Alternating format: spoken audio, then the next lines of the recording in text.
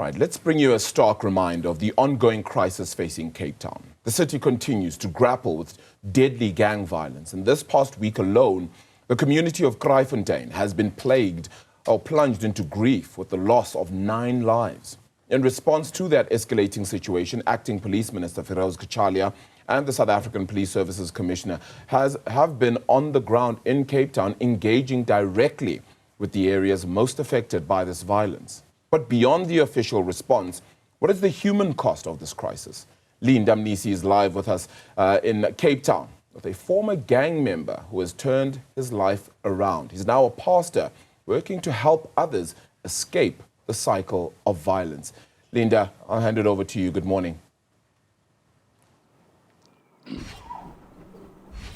Well, indeed, Arabile, the streets of Cape Town have not become safe. Community members living on the edge. But, you know, there are those that have turned their lives around for the betterment of the community. Some of the issues that we've been hearing from authorities and from even, neighborhood watch groups is that the issues of socio-economic issues are a big problem that contribute to why young people are easily lured into the life of gangsterism. But like you say, I've got with me a reformed gangster who's now turned community leader and pastor, Cecil Isaacs. Pastor, thank you so much for your time. I want us to start by talking about your life in gangsterism and what took you there in the first place. Good morning, everyone. Yeah, at the age of 14 years old, with poverty around and, in the community, it's always a struggle, Coming from a background with 9 children, with the stuff in the house and you couldn't afford anything, you were bullied into, and you decide to join up, and be part of a gang. And to be safe and, also dress, that was the most important thing to fit in, And after 20 years, it's been 20 years now, I've been saved, I've been a cocaine addict for many years, for almost 20, half of my life at the age of 14. And I remember that time, cocaine was very rare, it was scarce. And I was addicted, And the day-to-day life in gangsterism, what is that like? Do you spend your days fighting for territory, peddling drugs? What is that like? And well, today it's much different to 20 years back. A lot has changed. If you look around, your people dying every day. It's for the turf. I don't know. It's people there's a lucrative business out there, and everybody wants to have a piece of the cake. So, dating back to the times when I was affiliated, it was different to this now. We were just living a life, and wasn't so, I can say, aggressive and dangerous. Was dangerous, but not so aggressive. I mean, every hour you have people been killed on the Cape Flats. And when we were engaging with authorities and some of, the community leaders, they're telling us that it has grown so much that it's not just, the elderly people being involved. It's also very young children. And you say to us that you joined at the age of 14. Talk to us about, what got you to turn your life around? At what point did you say, you know what, this is enough. I need to turn my life around. Okay, for me, I had a drug overdose. Okay, I was on cocaine, and that time, it was popular. The crack cocaine used to come to Cape Town, South Africa. And as a new drug arrives in every country, people want to experiment, and we experiment onto that. And because of that also, the addiction to it, I became heavily addicted to crack cocaine. And I was so hooked that I became homeless. And I became very ill and was hospitalized for a year. And that was my turning point in life. But as a gangster, What was the community's reaction to you and what you were doing at the time? Did you get a sense that people were more afraid of you, or you were more respected as well, while at the same time you could still, Okay. provide? I'll say it again. I'll go back. The gangsters of that time is different to the gangsters this time. There was a great measure of respect.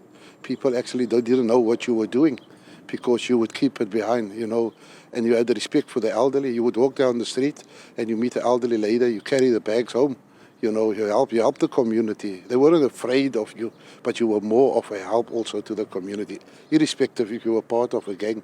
It was a different lifetime then than this now. You decided to start this feeding scheme project, Arabile. I don't know if you can see it right behind us. It's called Jehovah Jireh Feeding Project, and it's servicing a community that is directly affected by gangsterism that has seemingly evolved, like you say. Talk to us about this project and the need for it in the community. Yeah, I was a builder for many years after after I was reformed. I was a builder for many years. And then I came home one day and my late brother passed. My brother passed on and he was the builder and we were working together and it hit me hard also. And then my wife said, we need to start a feeding scheme, because it's no longer the children of the locations outside of Linter here, but also the community, the neighbors' children knocking. And then we started the soup kitchen from home. And it grew. We're here 17 years in this.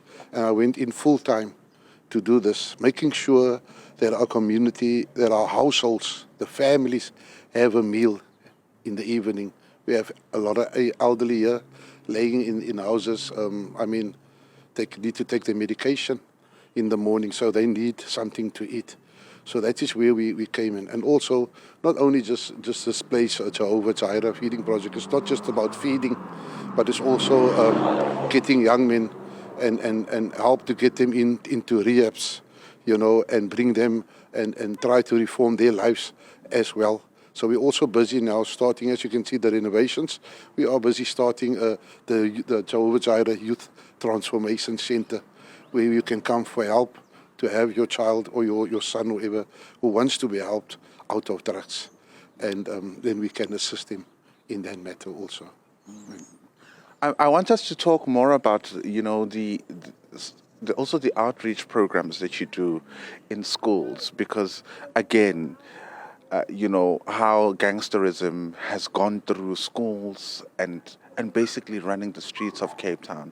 How are you helping those young men and women? Because now we're told, these things are run from prisons.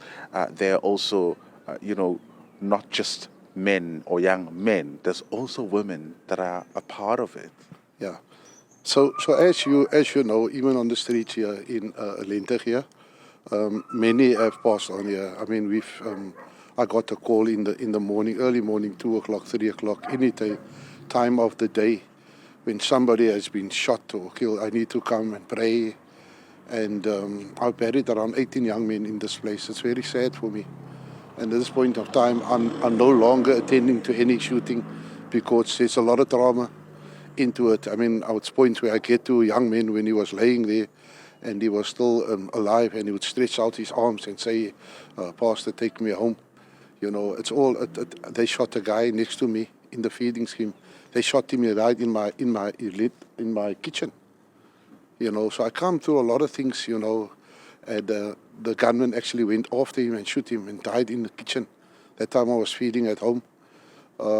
So on the streets of Linter, here also Mitchell's Plain, Cape Flats, it's the same. You get young boys at the age of 9. I work on the schools. I'm the chairman of Abakaluli Foundation School Ministry. So we go, we reach out to all the schools on the Western Cape, where we reach out to these young men that are part of the gang, and also explain to them and tell them, okay, what is best, to turn their life around, and crime doesn't pay. Pastor Isaacs, thank you so much for your time. I appreciate it so much. Arabile, that is Pastor Isaacs, who has turned his life around, also describing the dire situation on the ground. It's quite clear that gangsterism in the streets of Cape Town has evolved over the years. And he paints a very different picture from what we're hearing today, that back in the days, people would not even know that you were involved in gangsterism. There was still that level of respect, even for the elderly. But today, things are different. You know, you speak to authorities and they tell you that it's evolved so much that they're now describing it as an organized crime. It's a syndicate, a transnational syndicate that is well resourced, and police finding themselves having to up their game, deploy more boots to the ground to at least try to nip it in the bud. You'd recall that this week the Acting Police Minister Feroz Kachalia has been in the province, but not even his presence or the presence of the National Police Commissioner could stop these killings from happening. Right hours after they told us they still needed to resource their plan, people were gunned down. We heard of about 6 murders, that 3 double murders that we heard of, which gives you a picture or a sense of what the situation is like. Even after the arrest yesterday, we heard about vigilantism, which could or is believed to be also interlinked. So quite a number of things happening on the ground. But obviously communities are not feeling safe. People are living on the edge, and there are areas where one simply can't just go in and, you know, live a normal life. The question is, how long will it take for the police to nip it in the bud? That intelligence-driven operation, when are we going to see it fully kick in and start operating on the ground, which will directly impact the lives of the communities and will impact those who are vulnerable and susceptible to being lured into this gangsterism?